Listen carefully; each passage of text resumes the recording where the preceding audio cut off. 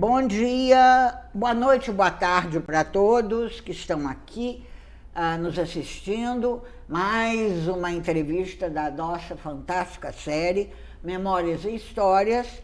E hoje eu estou entrevistando a nossa querida Eliane Martins. Eliane, só para te avisar, eu começo falando um pouco que eu sei da vida acadêmica da pessoa até chegar aqui, sem ter lido nada a respeito. Então, não estudei e eu sei que você se formou em computação. Eu sei, depois você corrige. Na UFRJ, depois você foi trabalhar em Ilhéus, Deus sabe o quê, depois você foi para o INPE, e depois você fez doutorado na França, e depois você veio para cá alguma hora. Tá? E você preenche as lacunas. Mas tem mais uma coisa, quer dizer, então eu te conheço teoricamente desde que você foi contratada em 92? Ou 93, 92? 92.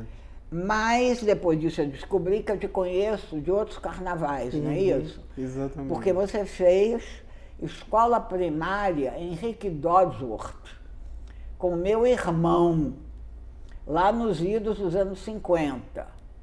50? Não, 60. A gente não é tão velho assim. Então, a professora Eliane, eu já conheço ela há quase 65 anos, 60 e tantos anos. Então, muito obrigada pela sua presença aqui e corrija e explique também. Você estava em computação desde o início e por que você escolheu computação? Tá. Bom, então, antes de mais nada, também obrigado pela oportunidade. E, assim, eu acabei escolhendo computação foi um pouco por acaso, porque quando eu passei no vestibular para a UFRJ, eu passei na engenharia. E na UFRJ era assim, você fazia 2 anos de básico e depois você escolhia a especialidade que você queria, se era elétrica, elétrica, se era também era eletrônica. assim, na PUC do Rio. Então, era feito assim, não era que nem aqui, que aqui o pessoal já entra no vestibular para elétrica, para não sei o que, lá não era, você entrava para engenharia. Aliás, é bom lembrar para todo mundo que está nos assistindo que somos cariocas, né, Eliane? Isso. Somos o FRJ, acho que já material importado aqui na Unicamp. Exatamente. E o sotaque é difícil de perder totalmente, né? Mas então, aí eu entrei na engenharia e comecei a cursar as disciplinas e tal. E eu queria, na verdade, fazer matemática. Mas, como eu vim de família muito pobre, e aí, assim, o que as pessoas falavam para mim é como você vai fazer matemática, você vai ser professora de escola primária, não sei o quê, vai ganhar muito pouco e não sei o que lá, não é valorizado, bababá, na época já, hein? Sim, já é. E, quer dizer, não seria de escola primária, porque eu acho que depois da faculdade você dava aula porque era para nós o ensino médio. Né? Isso. Hoje em dia não sei mais como é que chama isso. E aí então me convenceram a entrar para engenharia. Bom, eu entrei, coisa assim, né, de não pensar direito, mas enfim. Porque, obviamente, não pensar direito no seguinte sentido. Obviamente que com engenharia eu teria muito pouca chance também. Porque já era difícil para as mulheres, em geral, ter emprego como engenheiras. Isso. Ainda mais uma mulher e negra. Tá. Verdade. E sem nenhum pedigree. Eu não vinha de família rica, porque de repente podia ser que meu pai fosse um dono de emprego. Não era, tá? Mas na época foi o que me falaram e tal, o filho do patrão da minha mãe, que era quem sempre me ajudou e tal, ele falava isso, não, entra para engenharia que vai ser melhor para você e tal, tudo bem. Aí eu entrei, fiz o básico, eu ia muito bem em matemática, todas as disciplinas de cálculo, essas coisas. Agora, desenho... acabou comigo. Eu não conseguia fazer nenhuma disciplina de desenho. ou trancava ou era reprovada. Uau! E todo mundo falava assim, mas gente, como é que alguém é reprovado em desenho? Né? Pois é, então, eu sempre fui muito ruim com as mãos, né? E aí, quando chegou no final do segundo ano, que tinha que escolher as especialidades, eu não gostei de nenhuma. Eu falei, e agora, o que eu faço? E aí, foi bem no ano, um ano antes, tinha surgido a primeira turma de informática, não era computação, o nome ainda era, digamos assim, em português, né? Era informática, e tinha uma turma, a primeira turma acho que tinha uns 5, 6 alunos, e muita menina, né? E aí eu pensei, por que não computação? Aí o pessoal, né, como sempre, os meus consultores, né, que eram os patrões da minha mãe lá, eles olhando, falando, parece que realmente é uma área que vai dar certo, computadores estão entrando. Isso, gente, era início dos anos 70. Pois tá? Os computadores estão entrando, não sei o que, quem sabe, né? E talvez para a mulher seja mais fácil mesmo. Aí eu mudei para informática. E aí, assim, para mim foi ótimo, né? Porque aí eu estava dentro de uma coisa que era muito base matemática e tal. Então eu me senti melhor na turma da engenharia, para você ter uma ideia, eu era chamada de lobo solitário. Uau! Porque assim, eu não me entrosava com a turma. Na informática, eu me entrosei melhor. Que legal. É muito engraçado. Eu não sei dizer porquê, mas, assim, eu me entrosei melhor com o pessoal da matemática e tal. Então, foram anos, assim, muito bons, né? Bom, aí acabei... E, na época, eu tinha um pouco ideia de ser professora. Só que eu pensava, assim, professora secundária, essas coisas, de nível secundário e tal. Aí, quando eu comecei a cursar lá a computação, eu comecei a pegar monitoria, eu dava aula então de exercício, essas coisas. Depois peguei bolsa de iniciação científica também. Aí foi me dando um gostinho pela vida acadêmica. Falei, acho que eu vou querer seguir vida acadêmica e tal. Bom, mas aí computação é aquela coisa, né? Eu comecei a arrumar estágio no final do curso. E na época era tranquilo, né? Porque não tinha muita gente, então as empresas grandes... Tinha demanda, Tinha demanda. Eu me lembro que eu comecei trabalhando nas lojas americanas. Fiquei um bom tempo no CPD, na época era CPD, né? Centro de Processamento de Dados, que chamava. Fiquei trabalhando um tempo, mesmo depois de formada, mas mesmo assim ainda resolvi começar o mestrado. Comecei o mestrado lá na COP, da UFRJ mesmo. E daí, Você fez mestrado em que área? Então, a mestrado eu fiz na área de compiladores. Olha. E era interessante que eu resolvi pegar minha tese para lembrar o que era, né? Porque eu nunca mais mexi com isso. E chamava um compilador incremental, porque a ideia do meu orientador era assim, você podia modificar o código e não precisava compilar ele toda vez que modificasse, qualquer pequena modificação. Então eu me lembro que era um compilador para BASIC. Nossa Senhora! Ninguém sabe mais Ninguém sabe o que é. Pode esquecer.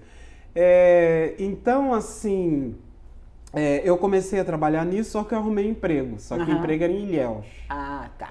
E assim, é bom deixar claro que na época não tinha internet. Isso. Né? Tudo era mandado pelo correio convencional, né? Correio físico. Sim. Então eu tinha que... Tudo que eu escrevia, tudo que eu fazia da tese, eu tinha que datilografar. E como era coisa para me comunicar com o meu orientador, obviamente eu não paguei uma datilógrafa para isso, né? Eu datilografava em casa. Datilografava em máquina de escrever, máquina de escrever. Que eu também datilografei. E que não era elétrica. Que na época já existia. Já existia. A minha também não era elétrica, não. Remington, essas coisas. Era muito caro. A minha era física mesmo, daquela que você dava um a minha também, e aí tinha que datilografar em várias cópias, é óbvio, porque eu mandava uma para o orientador e eu ficava com uma também. Com carbono, né? Então era com carbono, então era uma delícia que quando você errava uma palavra, você tinha que jogar tudo fora. Porque no carbono ficava um horror. Ficava um horror. Então, assim, foi esse... Então, levei, obviamente, um tempão nessa história de... E afora que a empresa me dava, porque quando eu fui contratada, o meu chefe, aliás, eu conheci no curso de mestrado, né? E ele então me dava tempo de ficar um período no Rio para trabalhar na tese. Então eu só podia trabalhar na implementação quando estava no Rio. Não adiantava trabalhar lá, né? Então demorou muito, né? Meu mestrado demorou bastante e tal. Mas mesmo assim eu consegui concluir. E quando eu defendi a tese, eu vi um anúncio. Eu trabalhava, bom, interessante falar, na CEPLAC eu trabalhava na CEPLAC, que era Comissão Executiva do Plano da Lavoura Cacaueira. Na época o cacau estava em alta e eu trabalhava com o pessoal, o Centro de Processamento de Dados. A parte que eu trabalhava era para dar apoio aos cientistas. Tinham vários pesquisadores, eram biólogos, estatísticos, etc., que eles faziam experimentos com vários tipos de plantio de cacau, várias espécies de cacau. Então lá era interessante que você ia vendo cacau no meio da mata, cacau sozinho, cacau com a árvore tal, cacau com a plantação tal, sabe? Eles faziam, e aí fazia aqueles estudos estatísticos, tinha aqueles pacotes que eram imensos na época, né? Tipo SPSS, não sei o que eu já nem lembro mais o que era assim. É verdade. Então a gente trabalhava muito para dar apoio a esse pessoal, e precisava fazer uns programinhas para eles, para tratar os dados, para poder entrar nesse pacote, não sei o que. Então eu trabalhava muito com isso. Eu não trabalhava na parte de RH, que trabalhava com... Que é o pessoal, na época, mais trabalhava nisso. O pessoal mais... Tanto é que eu trabalhava com Fortran. Eu não trabalhava com COBOL. O pessoal que trabalhava na parte mais administrativa era COBOL. Isso. E para mim era Fortran. Quer dizer, desde o início você já estava interagindo com pesquisadores. Interagindo com pesquisadores. Olha que interessante. Era essa parte da gente. E era assim um lugar enorme, o computador que tinha para isso era separado do computador da parte administrativa. Eu já nem lembro mais qual computador que tinha lá, mas enfim. Era um IBM qualquer coisa, não devia ser. Mas era específico para os pesquisadores, era separado das outras partes lá. E assim, é interessante, que é uma coisa que eu acho que o pessoal mais novo não tem ideia de como era programar naquela época. A gente tinha aquelas folhas de 80 colunas. Em papel, que isso mesmo. A gente escrevia no papel o código, com a indentação que a gente queria, mandava para as digitadoras. Tinha uma sala imensa, cheia de digitadoras, e aí elas iam lá, digitavam. Mas explica o que é digitação. Então, elas passavam aquilo num cartão, né? Quer dizer, era uma máquina assim, era uma máquina tamanho, enorme. E que você sentava e digitava o correspondente a uma linha escrita de 80 caracteres. Isso, uma linha de 80 caracteres para caber num cartão. Era cartão perfurado. E elas entregavam para a gente a caixa correspondente ao programa, era um cartão por linha, né, de programa. E deixa eu ver se eu me lembro, você pode confirmar? Você tinha que colocar um C na coluna 6 para dizer que era a continuação do cartão anterior, o código? Acho que tinha, quando a linha continuava. Quando tinha não cabia... Eu não me lembro mais em que coluna que era. Era mas coluna tinha 6, que era a coluna de comentário. Então, eu sei que tinha para dizer que continuava, mas então você recebia aquela caixona, ia lá... Bom, aí depois não era nem a gente que fazia isso, né? Eles pegavam, rodavam o programa e traziam para a gente a listagem, que era aquela listagem enorme, como é que chamava aquilo? Era listagem, como é que era? Era listagem, negócio corrido, né? Mas listagem. Eu esqueci como é que era o nome. Eu também não lembro o nome. Então vinha aquela coisa enorme, aí você olhava lá, corrigia, errei aqui, aí volta, tudo de novo e tal, enfim. Era aquela coisa de até você conseguir uma primeira rodada, era um E o parto, estado da arte, naquela época, era esse. Quer dizer, você está contando como era em Ilhéus, mas era assim na UFRJ, era assim aqui na Unicamp, quer dizer, era os anos 70, né? Era os anos 70. Na UFRJ era um pouco pior, porque assim, na CEPLAC... as máquinas eram bem mantidas e tal. Na UFRJ, eu me lembro que os trabalhos de disciplina eram um inferno. Você tinha que marcar hora para poder achar uma máquina para digitar. Isso. Aí você conseguia a máquina para digitar. E ela olha, sentava... só um pouquinho, eu estou ouvindo muito a voz de vocês, está me atrapalhando. Tá, desculpe. Então, é claro, vai cortar isso, marca aí onde que tem que cortar, André. Mas isso, tá bom? Porque como eu estou vendo uma mosca passar de vez em quando, tem uma mosca. Eu não sei se vocês estão reclamando da mosca, do que vocês estão... Não, tá tudo bem. Não fala não, porque isso me incomoda muito, eu perco... Desculpe, tá? Então, agora vamos voltar. Então, na UFRJ, você tinha que marcar a hora para sentar numa máquina lá de digitação, de cartão, e muitas das vezes as máquinas estavam mal mantidas, então elas defasavam. Então, quando você entregava para ler, eles não conseguiam ler nada. Porque saía tudo a perfuração saía fora do lugar. Olha que interessante. Fora da coluna certa. Então, era um inferno, porque aí você digitava tudo, e ainda mais disciplinas, estilo compiladores. Eu me lembro que a maior que eu tive foi compiladores, que eram 2 caixas. As caixas de cartão eram mais ou menos desse tamanho. Isso, Então, davam 2 caixinhas pra gente carregar para lá e para cá. É bem prático. E isso eu andava de ônibus, né? Então, vamos e venhamos. Mas a gente tinha escaninho lá, eu guardava no escaninho. Mas assim... aí você entregava para o operador lá para ele ler. Isso. E no dia seguinte é que você ia pegar a sua listagem. Exatamente. E aí quando você esperava que saísse a listagem para você contínua. Vinha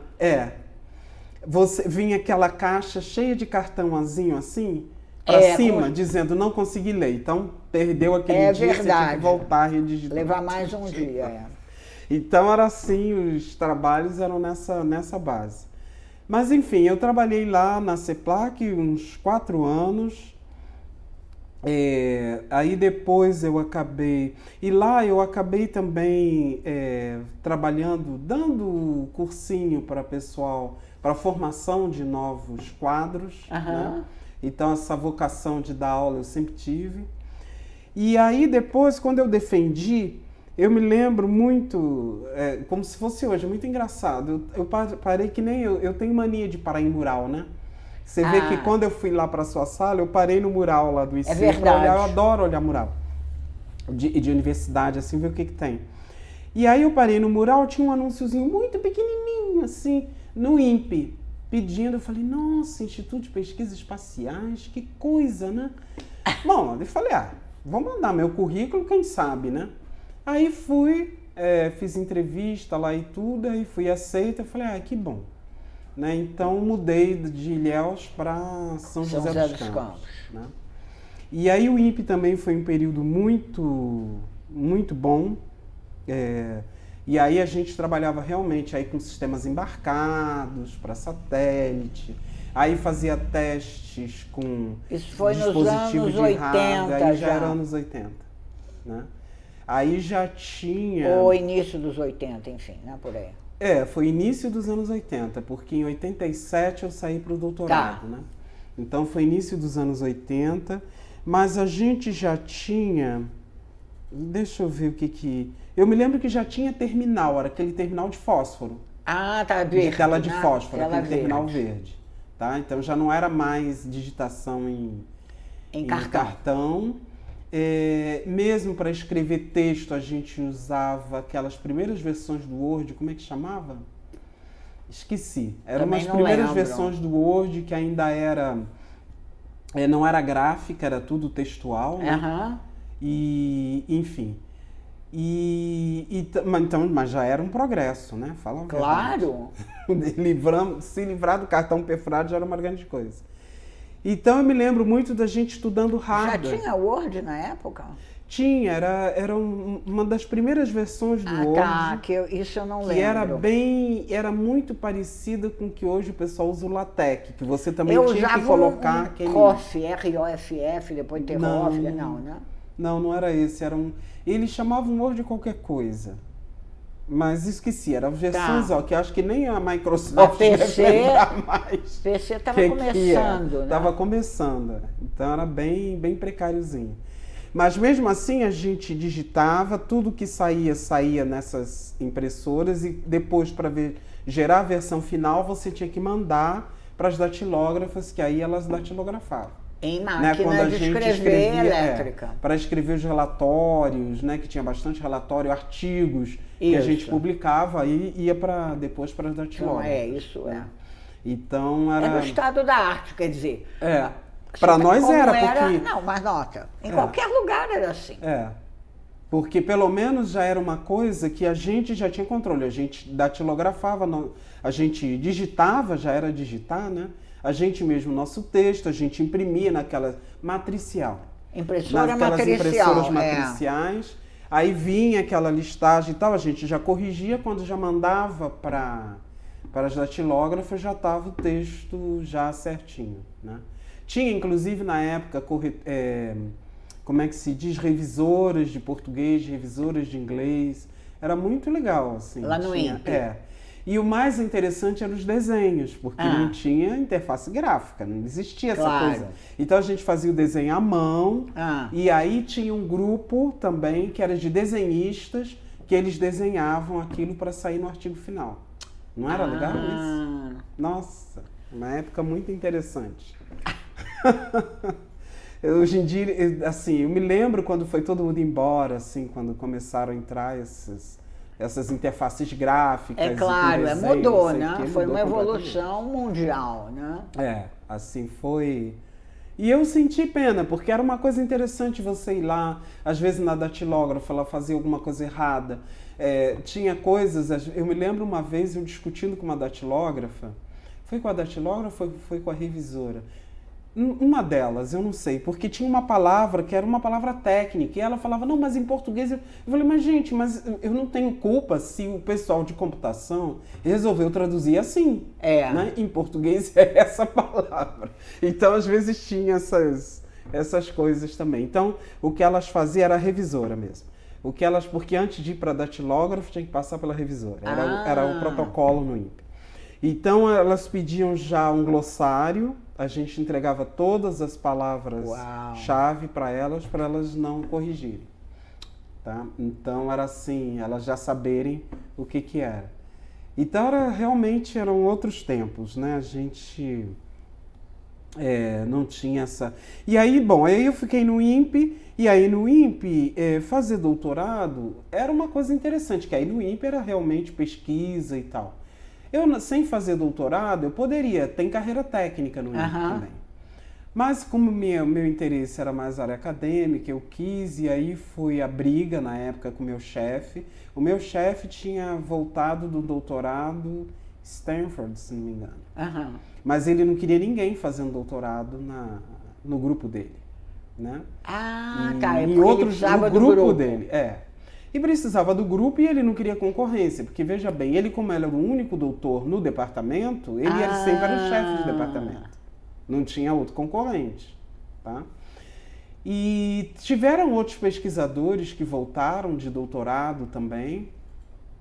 Um deles foi o Alderico, que o Alderico foi uma pessoa bastante importante na área de tolerância a falhas. Ele criou o primeiro simpósio de tolerância a falhas aqui, que existe até hoje em dia tem outro nome, mas ele mais uma outra pessoa que voltou junto com ele, cujo nome infelizmente esqueci, eles que criaram esse evento na SBC.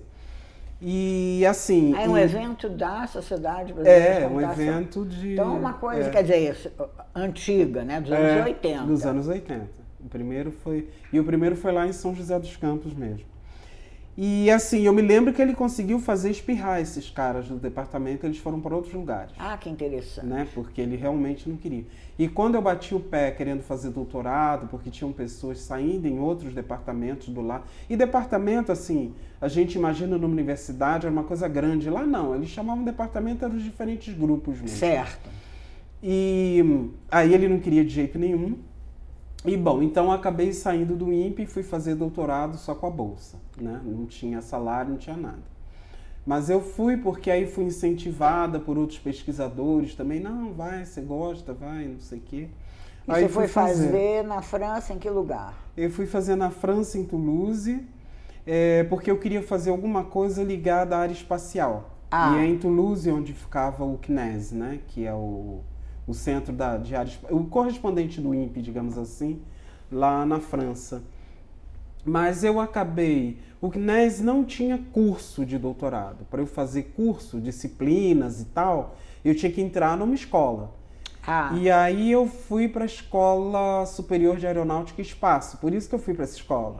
Que é militar ainda por cima, entendeu? Nada a ver, mas enfim. Mas lá em Toulouse. Lá em Toulouse. Então eu fui para essa escola. Bom, aí e eu queria fazer nessa área espacial, sistemas embarcados, sistemas tolerantes a falhas e tal. E aí quando chegou na hora, eu fiz as disciplinas e tal.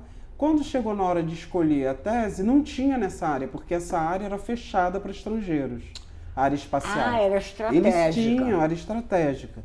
Então, não dava para fazer. Aí eles iam me colocar numa área que hoje em dia eu falo assim, gente, eu podia ter feito isso, mas enfim, né, não fiz. Né? Aham. Mas era uma pessoa, aliás, ele era uma pessoa assim, seria um orientador fantástico. Ele trabalhava com a área médica e era área de inteligência artificial. Você vê que isso aqui chegou no Brasil bem depois. É verdade. Né? E ele trabalhava com reconhecimento de células cancerígenas. Ah, então. Que era um projeto que ele falou assim, é um projeto por uns 10 anos. Eu só tenho bolsa para 5. Na época do CNP, que o máximo que a gente chegava era 5. É verdade. Eu falei, não vou conseguir fazer, e além do mais era inteligência artificial, não tinha a mínima ideia de para onde ia aquilo.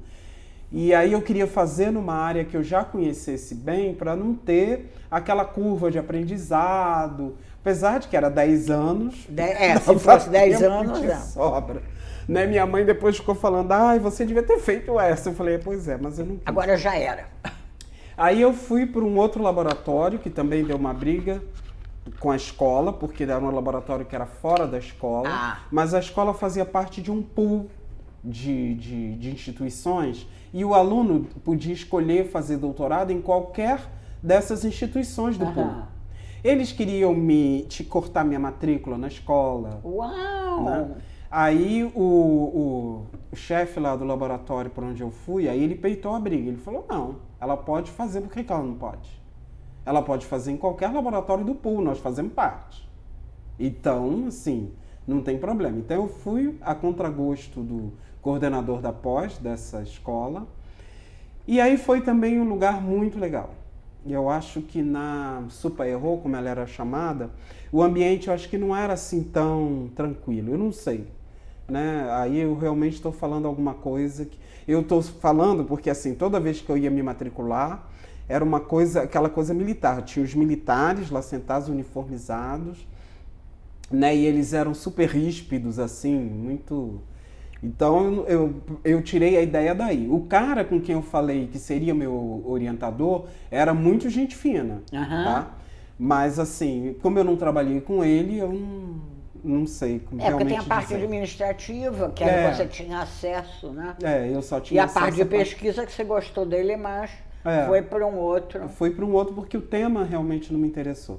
E lá no LAIS, que foi para onde eu fui, eles trabalhavam justamente com sistemas críticos, né? Sistemas embarcados e tal. Não era para a área espacial, mas era sistemas embarcados críticos. Então eu gostei muito, o grupo era muito bom, muito acolhedor, né? Então me senti bem inserida no grupo, assim. Legal. Foram anos de trabalho muito bons, mantive amizade com eles até hoje, né? Com meu orientador, co-orientador e tal. Os que sobraram, né? Porque muita gente já morreu. Então, assim... Mas foi um período bom. E aí depois eu tinha sido mandado embora do INPE, porque o meu chefe, de toda forma, não concordou em que dispensar para o doutorado. Me dispensar para o doutorado, ele mandou embora. E aí, a única coisa que eu tive como vingancinha, se é que vingança é uma coisa que a gente pode se vangloriar, mas não mais. A gente come frio, né, vingança, né? Ele acabou sendo destituído do cargo por causa disso, porque deu uma certa confusão. Quer dizer, na verdade deu uma confusão porque tinha gente que já estava querendo dar uma rasteira. Sabe como é que são essas coisas políticas? Já tinha gente querendo dar uma rasteira nele, né? E aí aproveitaram a brecha né? Esse foi uma das pedrinhas. Razões, tá? Uma das pedrinhas em todo o muro que eles construíram para mandar ele embora. Não mandar embora, mas assim, destituir do cargo de chefia. Mas enfim. Aí, a Unicamp, como é que surgiu, né? Porque é interessante falar da Unicamp, né? Como é que surgiu a Unicamp na minha vida? Eu sei que você veio para cá quando eu era chefe de departamento. Naquela época, né? Anido, né? Era o DCC. Era o DCC ainda. Que na época tinha 45 professores, mas a maioria era tempo parcial. Entre 91 e 93. Então, por isso que eu sei bem que fui eu que te contratei. Mas, enfim. Mas não sei como. Tu caiu do céu e foi contratada. Então, não é que caí do céu, é que, assim, ao longo dos períodos aí de pesquisa, essas coisas, eu via muitos trabalhos da Unicamp. A Unicamp, assim, comparada com a USP também era uma universidade muito famosa, né? Mas a Unicamp tinha uma aura, assim, mais jovem, mais, assim... não tão engessada, eu não sei a palavra certa. A USP me dava sempre aquela impressão de ser muito burocrática. Eu conheci professores da USP durante o doutorado, essas coisas, e de outras áreas, tá? Não eram de computação. De computação da USP não tinha ninguém na minha época, não. Mas conheci de outras áreas, via como eles falavam e tal, então parecia uma coisa muito assim, sabe? Aí a Unicamp me dava sempre aquela impressão, conversando com pessoas e tal, de ser algo mais ágil, né? Mais jovem, mais... Né? Então eu via muitos trabalhos e muito dinâmica, né? Porque eu via muitos trabalhos e trabalhos assim, área de computação, que era obviamente o que eu acompanhava, né? Outras áreas eu não poderia dizer. E aí eu falava assim, eu tinha vontade de trabalhar lá, né? Uau! Mas eu achava assim, isso aí nunca vai acontecer, né? Bom, aí eu vi um anúncio também, já tinha rede... Né? Nessa época já tinha rede. Não era a internet não de era hoje, internet. Mas já tinha uma rede, e aí eu fazia parte de uma rede de brasileiros, e por coincidência quem era o moderador dessa rede era o Paulo Lício, que fazia doutorado na Inglaterra. Que era o nosso professor aqui. Era Brasnet. Acho que era Brasnet. Brasnet que se chamava. Acho que era Brasnet. Ele que era o moderador, enfim.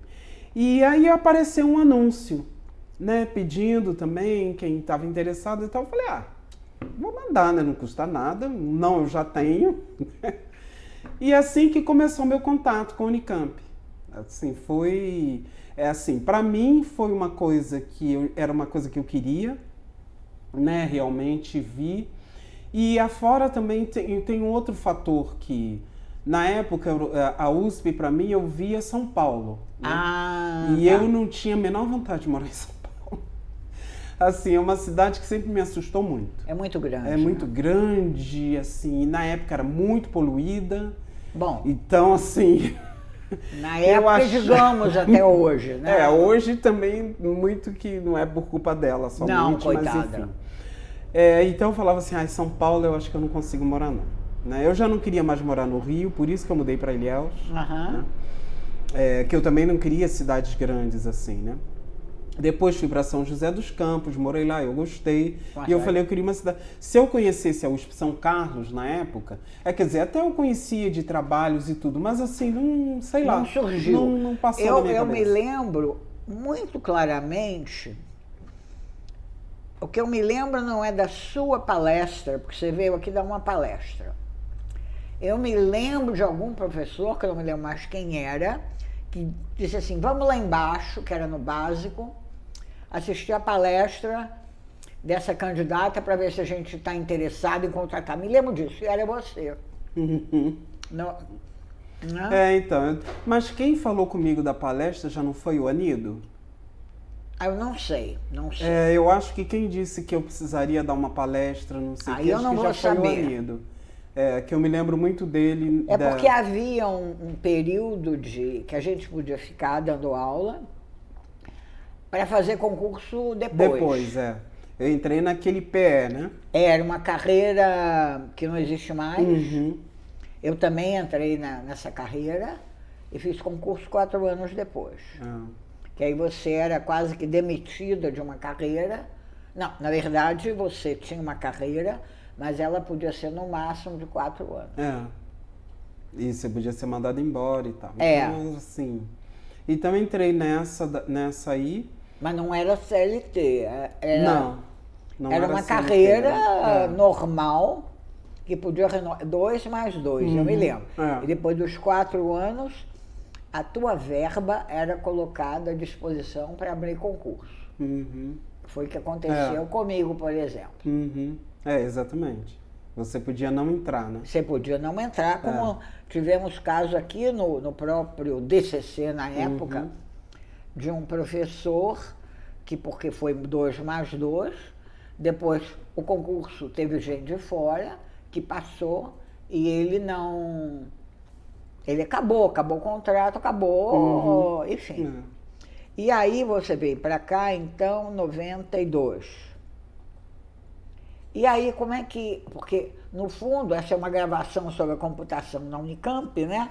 Mas é interessante porque muito do que você contou, de como era na UFRJ, Ilhéus, etc., era igualzinho aqui na Unicamp, era a mesma coisa, né? No Brasil. E aí você chegou aqui, começou a trabalhar, alguma impressão interessante ou desinteressante inicial que você teve? Impressão. Como é que era na época que você lembra? No início dos anos 90. Início dos anos 90, Então, bom, assim, a primeira impressão que eu tive, na verdade, vou ter que ser sincera, não foi boa, assim, não no sentido das pessoas, mas no sentido do local, porque eu vim do INPE.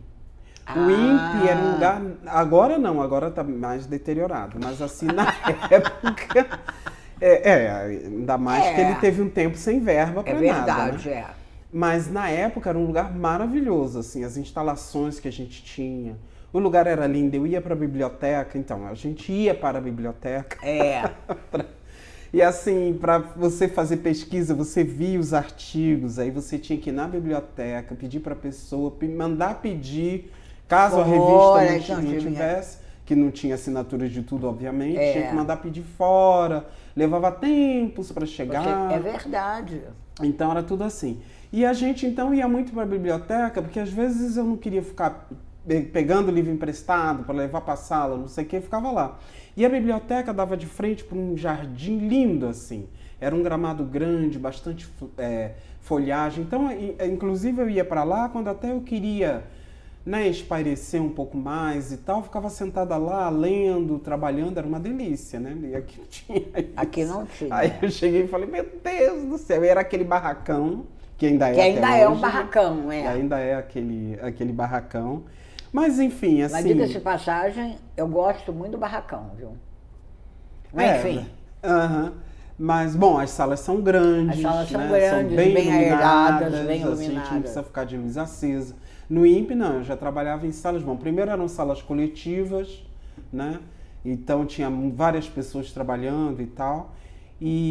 Mas realmente o barracão ainda é o barracão, apesar das diferentes reformas, né? E então a sua impressão do físico e do ponto de vista de infraestrutura, quer dizer, você falou da biblioteca, mas computacional... era engraçado isso, né? Era um período, eu não sei se você... claro que você lembra. A gente não tinha computadores na sala. Eu lembro, claro. Era uma sala e a gente também marcava horário para ir utilizar os computadores. Porque tinha poucos computadores. Porque tinham poucos computadores, então a gente marcava horário. Então era legal que era uma sala coletiva, a gente encontrava os colegas. É verdade. Né? Então era bem interessante isso. Eu me lembro também que outra coisa que reunia muitas pessoas era a avaliação de currículo para pessoal de pós. É verdade. A gente que era aquela sala cheia de papel, quilos de papel, pilhas de papel. Dos candidatos a pós que mandavam currículo, carta de recomendação, e a gente se juntava. A gente juntava, ficava uma tarde, lá, escrevia num papel as avaliações e tal. Comentavam com o outro, esse cara é bom, esse cara é horrível. Nossa, que escola é essa? Você conhece? Não, essa aqui eu não conheço. Tá? Então, era muito, isso era muito bom, esse convívio. Esse tipo de coisa forçava um pouco o convívio. É verdade. Né? Então as pessoas ficavam mais aqui e assim, a gente convivia mais assim uns com os outros e tal. Então eu me lembro muito desse período, assim, com uma certa nostalgia mesmo. Né? Foi um período bem interessante. E do ponto de vista de aula, você passou por uma gama de disciplinas ou sempre ficou na engenharia de software prioritariamente? Eu fiquei prioritariamente na engenharia de software e prioritariamente em teste de software. Que é a tua Porque era disciplina. Era a minha especialidade, mas era assim, era a disciplina que era oferecida só no noturno. É verdade. Aí não tinha, além de assim, de outras pessoas não terem não quererem assim muito ministrar, era no noturno. E eu me lembro muito que quando eu cheguei, isso aliás foi você que falou, que era assim, não, tem um curso noturno, você vai ter que dar aula no noturno, mas assim, é um semestre noturno e um semestre no diurno, você não ficar só no noturno, né? Aí eu comecei assim. E era um semestre noturno e um semestre noturno. Aí o meu era um semestre sim, outro também só no noturno. Mas assim, digamos que isso não me afetou. Eu gostava de dar aula, era especialista. Apesar de que eu não dava só testes, eu dava parte de engenharia de software também. E dava também as disciplinas de serviço, né? Que a gente oferece para outros cursos. Para outros cursos. Introdução à programação. Estrutura de dados para algumas disciplinas aí. Então eu acabei dando essas disciplinas também, mas basicamente eu fiquei ancorada nessa disciplina de testes, né? De software. Diga-se de passagem, a Unicamp era uma das poucas universidades, assim, mundo afora, que tinha disciplinas de testes, porque eu lia para preparar a disciplina e tal, eu buscava muito em outras universidades, Brasil afora e tal. Bom, tinha São Carlos, que tinha um núcleo grande de testes, né? Então, na USP, eu não me lembro se tinha com frequência, e aqui na Elétrica, que era o Mário Gino, que era também muito dessa área, mas não era uma coisa comum, né? E mesmo nos Estados Unidos eu via muitos artigos de professores da área de teste dizendo que precisava dar formação de testes para os alunos, que teste era uma área necessária, não sei o que lá, mas não tinham muitos, tá? Mundo afora, assim, eram poucos. Então eu acompanhava muito isso e tal, e eu gostava, e eu fiquei dando essa disciplina o tempo inteiro, e eu era uma professora basicamente do noturno, né? Só as de serviço que eram, aí eu dava durante o dia. E de pós também, que era durante o dia. E você, quer dizer, enquanto você está falando, estou lembrando de fatos paralelos, né? A sua colaboração de pesquisa, porque a sua pesquisa continuou sendo nessa área de, que eu saiba, tolerância a falhas e testes, e você até que me ensinou, não é tudo sobre, mas a noção de injeção, né, de falhas, que eu nunca tinha ouvido falar, e você mantém, creio eu, até hoje, a colaboração de pesquisa com o INPE e com outros países, ou não?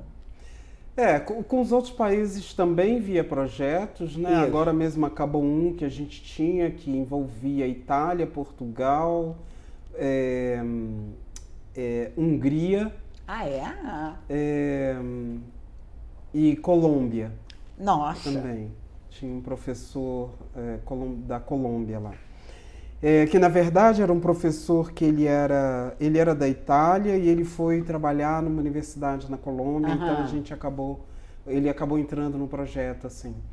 Agora eu estou trabalhando assim, mas não é um projeto oficial, é uma coisa que a gente está fazendo pro forma com o pessoal da Hungria, na parte de testes também de embarcados, né? Então estou eu, uma outra pesquisadora do INPE que foi me orientada, mas que agora está aposentada também. Eu sou velha também. Ou seja, aposentado também trabalha, né? Não é velho podre. Que tem certos lugares em que há essa concepção que aposentou, morreu. Aposentou, morreu, não. Então a gente está trabalhando junto e eu estou com uma aluna é uma aluna de graduação, né? Mas ela está fazendo a parte da modelagem, de meter a mão na massa mesmo, né? Com as ferramentas e tal. Então a gente vai orientando como é que ela tem que fazer, que é um método lá que é proposto para sistemas críticos. Então ele é muito baseado em levantamento, primeiro, de todos os riscos e perigos. Então a gente tem que fazer a modelagem olhando para esses aspectos, né? E então tá bom, a menina tá gostando bastante, é uma menina que a gente está orientando e ela tá... E no meio, quer dizer, você pulou, eu te fiz pular de repente, de 95 para 2024, né? Então, no meio, você teve várias colaborações? Aí a gente teve várias colaborações com São Carlos. Eu trabalhei muito com o pessoal da USP São Carlos. Eu tive também com a USP São Paulo. Aí já era na engenharia, a pessoa trabalhava também com sistemas críticos. E aí ele inclusive trabalhou nessa parte do metrô lá de São Paulo e tal. E a gente teve projeto junto também. E eu trabalhava muito, a minha linha mestra sempre foi o INPE, né? Porque eu gostava muito de trabalhar nessa área espacial. Então trabalhei muito em testes de vários tipos de sistemas embarcados para lá, tanto para os satélites que eles lançaram, os convencionais, quanto para outros dispositivos. Né? Eles lançavam balões meteorológicos. E você trabalhou em testes para essas coisas de verdade? Trabalhei Não é? Eu tinha até a foto de um aluno numa sala limpa, onde eles montavam os equipamentos lá para ir a bordo do satélite e ele lá fazendo os testes. Olha que interessante. No laboratório, um orientado meu de mestrado. E, enfim, então eu trabalhei muito com eles nessa parte. Depois, graças a esse trabalho com eles, a Fiat se interessou, esse contato com a Fiat foi via o pessoal do INPE já. Né? Eu tive duas orientadas lá que fizeram doutorado comigo. E aí elas, através de um dos alunos, elas entraram em contato com a Fiat. E aí a gente teve um projeto longo com eles, né? Que a gente testava os sistemas de bordo. Né? Que legal! E era muito interessante, porque de vez em quando assim, a gente fazia muita parte de modelagem, essas coisas, e aí só para modelar tinha que levantar todos esses aspectos, o que acontece isso. Aí a gente ia para o carro, eu me lembro muito deles indo no carro, liga o carro. O carro da Fiat? Uau. Então era... E a gente quando eu te dou carona no meu Fiat... Você recorda, o que não funcionar nele é culpa sua, é isso? De quem fez, né? Mas não era no modelo, já eram outros modelos lá. Mas eu me lembro que eles iam com o carro que a gente estava testando. Então testamos várias, como eles chamam de funções automotivas, uma coisa assim, que rodava em torno de tem uma rede no carro, né? Que é a rede CAN, que é para sistemas automotivos e tal, e a gente testava em cima disso. Foi um trabalho muito interessante, e assim, interessante e triste. Vou dizer por que foi triste. O pessoal gostou muito, a gente começou trabalhando com um grupo pequeno, e depois isso se espalhou, porque o grupo que trabalhava conosco era o pessoal que era responsável pela qualidade, né? Era o grupo de qualidade. Só que, para fazer os testes, como a gente fazia modelagem de tudo, a gente precisava dos requisitos. E a gente ia sempre bater na porta dos analistas. Olha, quando acontece isso, não sei o quê. E eles começaram a perceber que tinha um monte de coisa que escapava para eles. Então, eles começaram a vir também nas nossas reuniões justamente para poder aproveitar disso, né? E as especificações vinham assim... Eu me lembro muito de uma que vinha do Japão. E aí era aquele inglês de japonês, assim, aquela coisa que ninguém entendia nada. Eu digo que era inglês de japonês, assim, porque era um não negócio... era inglês nativo. Não era inglês nativo, né? E aí a gente também entrava em contato com eles. Olha, o que é isso? Como é que vocês estão pensando? Não sei o que lá. Isso acabou chamando a atenção da Fiat fora. Né? Fala assim, mas por que vocês estão levantando tantos problemas, tanta coisa? Né? Isso chamou a atenção deles. Bom, esse foi um ponto interessante, porque eles se interessaram pelo método que a gente usava para fazer os testes. Né? Porque eles dizem, descobre muita coisa e tal. O que eu achei triste? O pessoal com que a gente trabalhava, obviamente eles tinham que lidar muito com hardware. Eles eram mais de engenharia. Tinha muita gente de computação, mas os que vieram primeiro eram de hardware. E aí eles montaram todo um ambiente, uma plataforma para testar as coisas antes de... Porque tinha que testar... A gente testava o sisteminha de limpador de para-brisa, de controle de... Como é que chama aquilo? Airbag. Né? Tinha um negócio, acho que das lâmpadas também. E tudo isso, o interessante depois era a gente testar com dispositivo físico, porque para sistema embarcado você vai indo, testa até um certo ponto só com software e depois você testa no dispositivo final. Eles montaram toda uma plataforma para justamente poder realizar esses testes e já usando os dispositivos físicos. Ficou uma coisa muito legal, eles montaram mesmo. Nossa. Criaram os negócios, criaram as máquinas, que a gente foi lá, a gente viu, por sorte tiramos fotos. Quando a central da Fiat soube, falou, não, a gente vai usar um sistema alemão, né? Eles é que são os fornecedores da Fiat. E é isso que a gente vai usar. Então eles desmontaram toda a plataforma que eles tinham feito. Mas por outro lado, quer dizer, isso te deu uma entrada, uma experiência de pesquisa industrial, né? Quer dizer, você teve o carro, mas você nunca andou no satélite, né? Nada, subiu satélite. E sempre envolvendo alunos de pós também nisso. Isso. Né? Quer dizer, alunos de pós e de graduação. Eu tive muito bolsista de iniciação científica. Olha que trabalhando legal. Nesses projetos. Nunca soube de nada disso, tá vendo como é bom esse programa de entrevista? Alunos de mestrado. O menino que trabalhou na parte do lançamento lá de um balão, na época ele era de iniciação científica.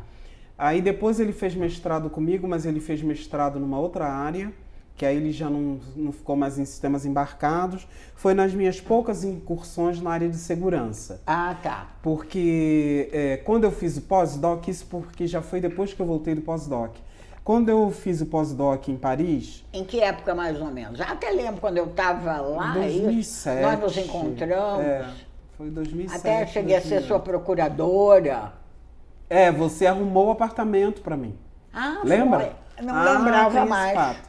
Paris é um inferno para arrumar moradia. Um inferno. E então, eu ia... Primeiro porque, assim, tinham coisas que eu falava, gente, eu não consigo morar nisso. Porque era assim, apartamento que o banheiro era no corredor. É comum. Quer dizer, não é comum, mas... Não mais ou menos, é comum, não é para faixa de que a gente pode pagar. Para minha faixa de coisa era comum isso, né? Tinha um outro que eu vi que eu achei muito, que assim, você vê que as coisas a gente sempre precisa perguntar o que a pessoa entende por aquilo. A moça chegou para mim e falou assim: "A senhora se importa com banheiro no quarto?" Bom, aqui no Brasil, o banheiro no quarto é suíte. E eu morei em apartamento, que o apartamento era pequenininho, só tinha o quarto e a suíte. Sim. E o banheiro era no quarto. Mesmo quando você tinha visita, a visita entrava no quarto para ir ao banheiro. Tudo bem? Eu falei, não tem problema. Né? Eu estava procurando realmente apartamento pequeno. Falei, tudo bem. Só que o que eu não tinha entendido é que o banheiro era no quarto. A banheira era ao lado da cama. Então era assim, tinha a cama, o armário e a banheira e a pia aqui. Quer dizer, para você tomar banho, você tinha que tomar cuidado para não molhar a cama. Aí eu ficava olhando. É que lá o vaso sanitário sempre é separado. Separado, né? Em algum outro lugar. Sempre é separado. Ele não fica no banheiro normal. Eu já fui uma vez visitar uma amiga que ficava dentro armário. Tinha isso também. Você ficava pensando, eu sento e fecho a porta, eu fecho a porta e sento. Porque de algum jeito não deve dar certo. Mas não quero falar da França, não, porque estamos terminando então, foi daqui a pouco. você que falou numa palestra que você foi dar numa universidade lá na França. Você falou, olha, eu tenho uma amiga brasileira que está procurando um apartamento. Se alguém souber, e aí que entrou a Luciana, que ouviu e falou para você. Olha que interessante, eu não lembrava. Não, eu lembrava quando você falou pós-doc, né? Você voltou várias vezes, mas pós-doc foi aquela vez, né? Que eu fui sua procuradora aqui, né? E você até me deu um colar muito bonito que eu procurei hoje de manhã, devo ter guardado em algum lugar, mas eu trouxe para todo mundo ver. Olha aqui, ó. É um colar que eu gosto muito, que a Eliane me deu. A Eliane tem essa sofisticação de, às vezes, ela vai a um lugar, vê um negócio legal, você trouxe um negócio diferente. Isso é um colar feito de pedaços de pano. É tipo patchwork, né? Só que em vez de ser uma colcha, tem até uma bonequinha aqui que eu perdi, tem aqui uma bonequinha, não sei se está dando a câmera para ver. E volta e meia, você chega para uma amiga com uma lembrança assim, é o teu lado amigo, o teu lado carinhoso, que eu também tenho que falar nisso, não. Quer dizer, interromper suas memórias científicas para falar um pouco nisso. E porque a gente já está quase uma hora conversando, eu tenho que terminar por razões logísticas. E tem, além da Eliane pesquisadora, que eu ainda vou querer voltar para isso depois, tem a Eliane que faz sobremesa muito bem, algumas, né? Digamos que eu não fazia, é todo, né? Agora, não é uma doceira. Não, era aquelas coisas ocasionais. Mas são ótimas. E tem a Eliane cantora, de coral. Como é que você entrou no coral? Só 2 minutinhos? Porque você canta há vários anos, né? Eu estou no mesmo coral há um bom tempo. Tem disco gravado? A gente tem disco gravado. Eu entrei graças ao Cadão. Né? Ele que conhecia a Beatriz, que Cadão era para nós, coral. olha, é Ricardo Darrabi, que também vai ser entrevistado aqui. Então, ele que vivia falando, ele e o Cláudio, né? Falavam muito. Aliás, antes eu entrei no Zíper na Boca, que é o coral aqui da Unicamp. Né? Cantei um tempo, mas o Zíper é um coral muito para aluno, apesar de que tinham funcionários na época, mas o Zíper viajava, e isso, assim... Para mim, na época, era impensável, né? Eu tinha que dar aula, eu tinha que... Claro. Então, eu entrei no Zíper, cantei um tempo, e aí o Darrabi falou, por que eu vou falar com a Bia para ela te ouvir, não sei o quê. A Bia era quem sabe? A Bia é regente do Em Casa, né? E aí na época, aliás, se eu soubesse como é que era o Em Casa, acho que eu não teria tido nem coragem de falar com ela. Mas na época, assim, a calma da ignorância, né? Eu fui lá, falei, tudo bem, né? Vou falar lá pra ver. Acabei entrando, mas se eu tivesse ouvido as gravações deles, acho que eu teria ficado com medo. Falei, gente, porque é hiper lindo. Nossa, ela é super exigente e tal. Então, assim, eu tô com eles até hoje. Assim, tem quantos anos? 15 anos? 20? Não, tem mais, deve ter uns 20 anos, pelo menos. Eu já entrei, fui... mais do que isso. Eu entrei em 94. Então, quase logo você entrou, né? Porque eu já fui a shows, espetáculos, show em teatro. Esse ano mesmo teve uma igreja, né? Que eu fui, que vocês cantam lindo. E isso tem que ficar registrado, que professor da Unicamp, né, é multifacetado, e você tem esse lado oculto que talvez ninguém saiba. E para terminar, alguma observação sobre a evolução da sua área e como você vê no futuro dela a sua área de pesquisa, né?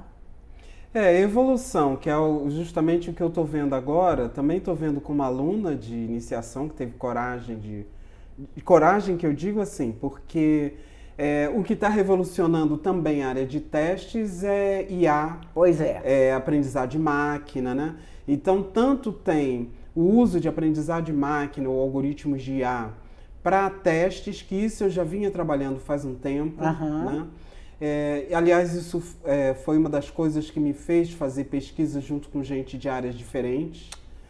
porque eu gostava muito de pegar esses algoritmos evolutivos, peguei um pouco de algoritmo de IA também, que eu me lembro que isso, quem me ajudou, apesar dele não ter orientado, ele não quis na época orientar, assim, foi o Fábio, né, que é um colega nosso, que foi com um aluno que ele também viu um algoritmo. Fábio Miyazawa? Não, Fábio... Era Fábio o nome dele? Peraí, acho que eu estou falando... Mas aqui do Instituto? É, aqui do Instituto. Ele ficava na sala...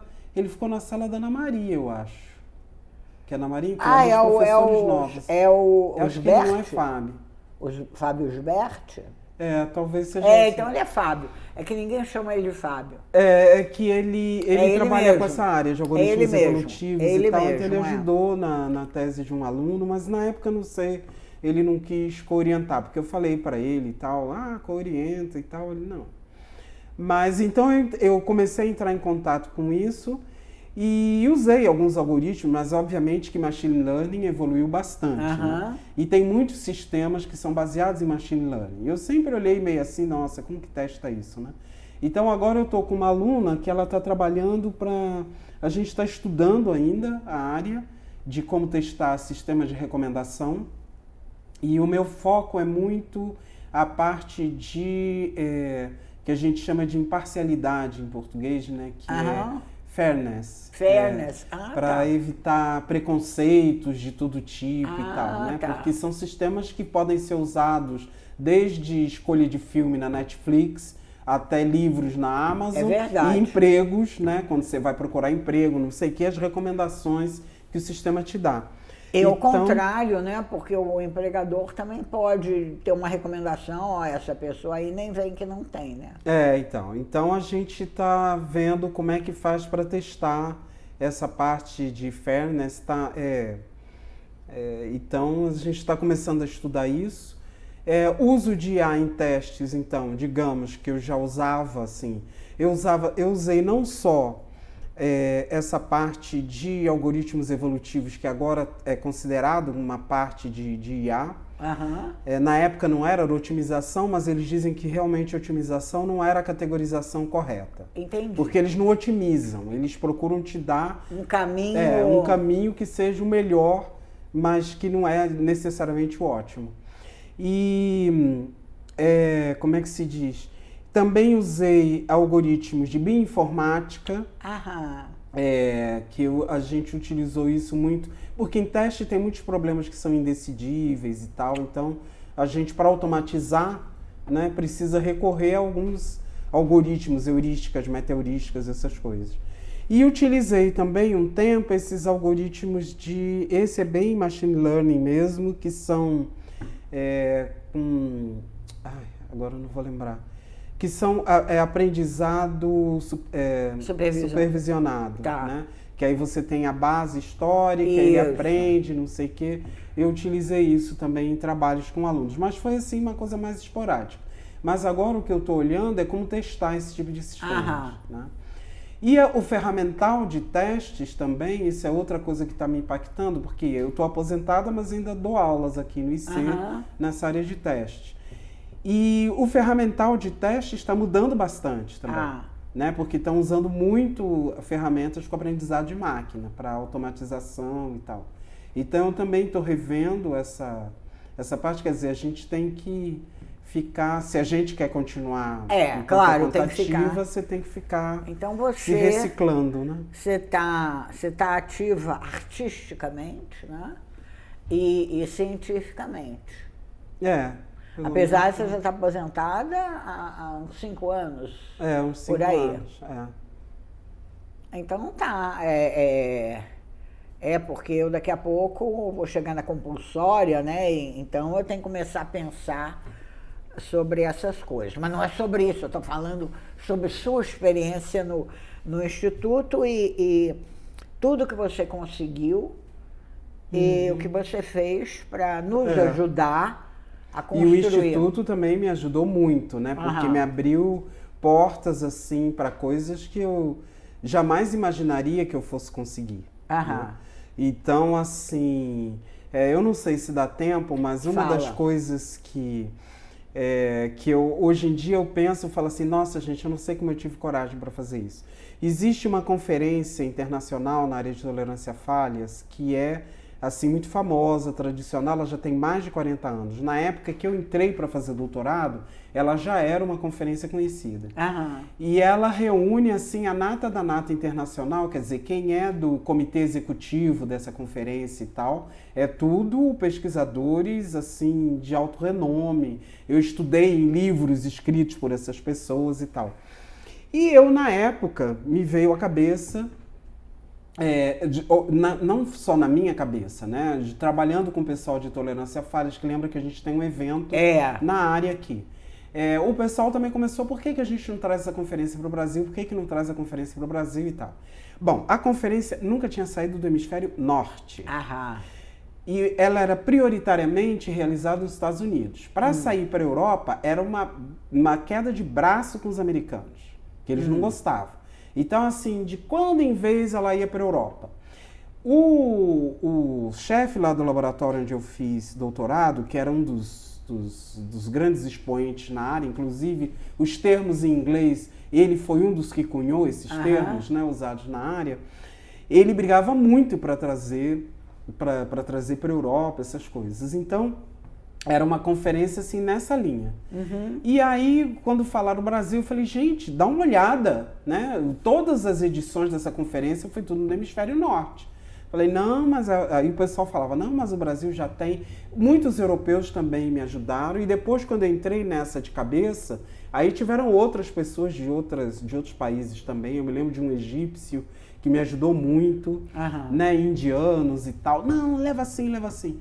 E eu me lembro naquele plenário, assim, daquela conferência, com meu inglês que sempre foi macarrônico e tentando convencer as pessoas a trazer essa conferência para o Brasil. Eu consegui trazer em 2015. E assim... Não, eu me lembro de você trabalhando que nem uma louca. Foi um desespero.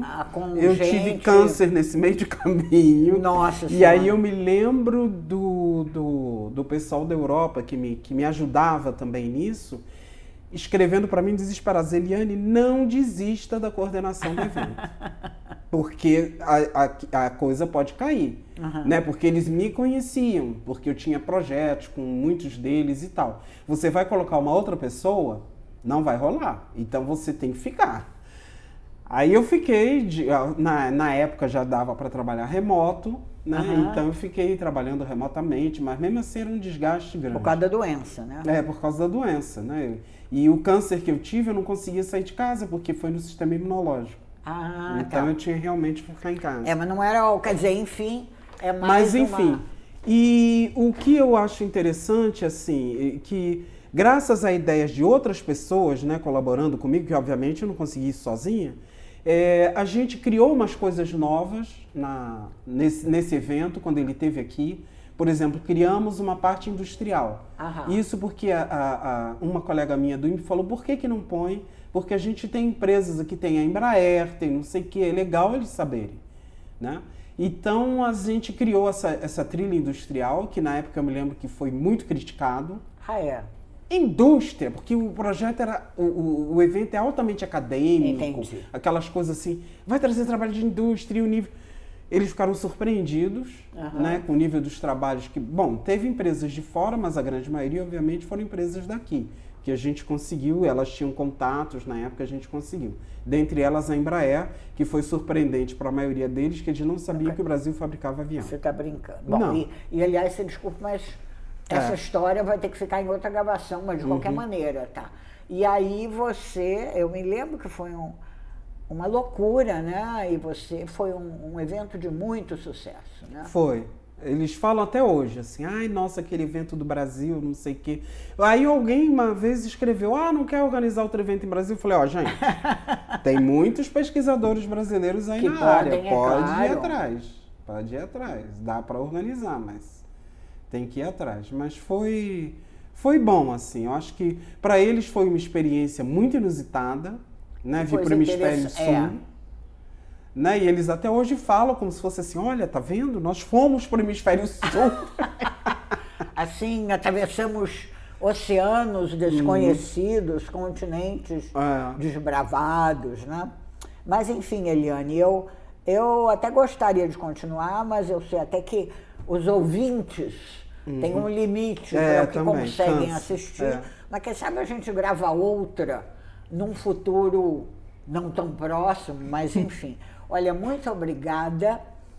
Aqui tem uma finalização que eu criei, que eu tenho que apertar a mão do convidado, agradecendo a presença. E foi interessantérrimo, e tenho certeza que todo mundo está nos ouvindo, adorou também.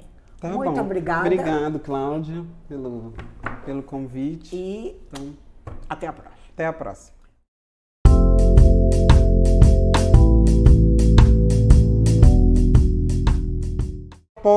Não é mais. Passa, vê se some aquela mancha.